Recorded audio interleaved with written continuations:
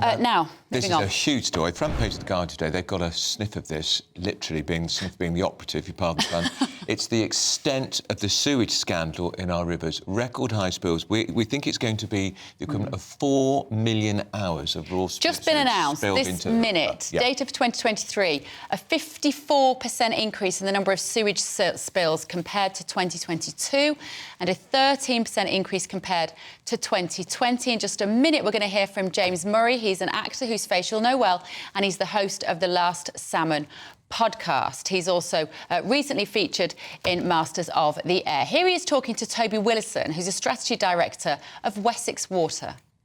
You and I can probably remember, as kids, swimming in the sea and being surrounded by floating fecal material. I've experienced that now, not as kids. You look at the quality of our bathing waters now, and it is unrecognisable from 20, 25 years ago, and that is a direct result of the massive amount of investment the water companies have put into the networks.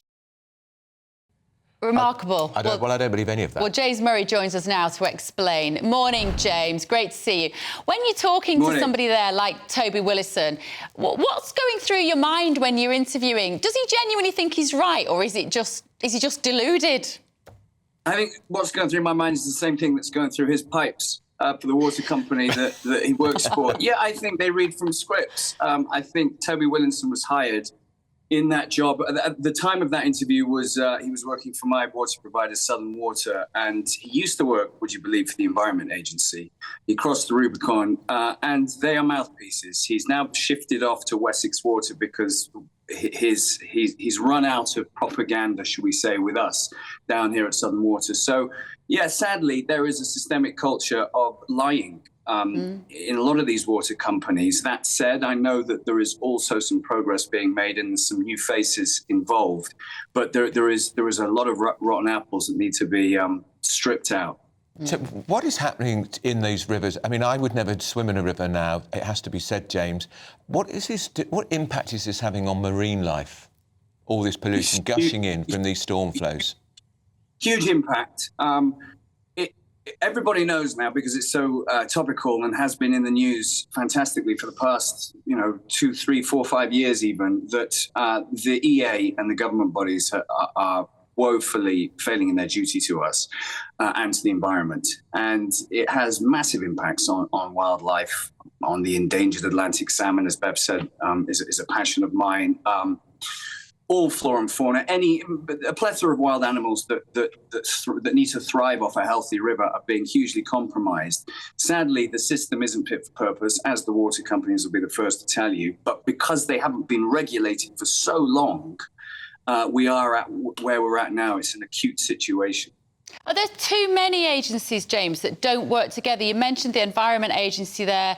Who else is partly responsible? And is it, when there's so many agencies, is it just too easy to blame each other?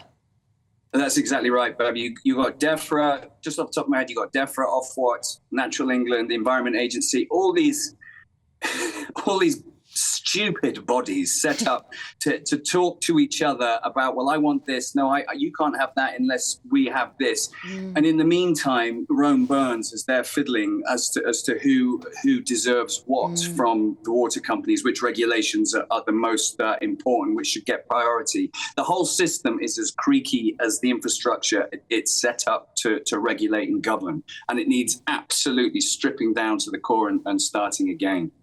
So 54% increase, James, in the number of sewage spills. This is just broken now. Last year, 2023, compared to 2022. Is it a stupid question to just ask why? Why is this happening? Is it that we've got more rain? Is it that the rivers aren't being dredged? Is it that... Well, what is it? Well, it is a bit because we have more rain. Climate change, or whatever you believe in, certainly has meant that we have had a lot of rain over the last few years, specifically this year, and the systems cannot cope with that. The CSOs are being abused when we have a surge in water on the infrastructure. But that said, we are England. We are a damp island in the middle of the North Atlantic. It rains here. it always has rained here. It's always going to rain here. We should have the defences already there, in situ to deal with this. We shouldn't be scrabbling around at the expense of our rivers. James, can you explain about the storm overflows, which are supposed to be used only in extreme weather, but they're being used increasingly now, even on dry days? Can you explain how that is making this situation so much worse? Absolutely. Well, the storm overflows are exactly that. When there's a storm, they are meant to be an emergency measure so that the often contaminated groundwater due to an abundance of rain can get strained off directly into rivers and oceans, which nobody wants. That's raw sewage, untreated sewage going into rivers and oceans. But the water companies cannot cope with the sewage that they're meant to cope with and treat. So they are abusing those CSOs, and they're using them when rain or shine to dump sewage and completely disregard the permits that the EA and the DEFRA and Ofwat and all the government bodies that I've mentioned there have regulated and put in place for them to adhere to, completely disregarding them because they know that they will not be held accountable, and that's where the rub lies.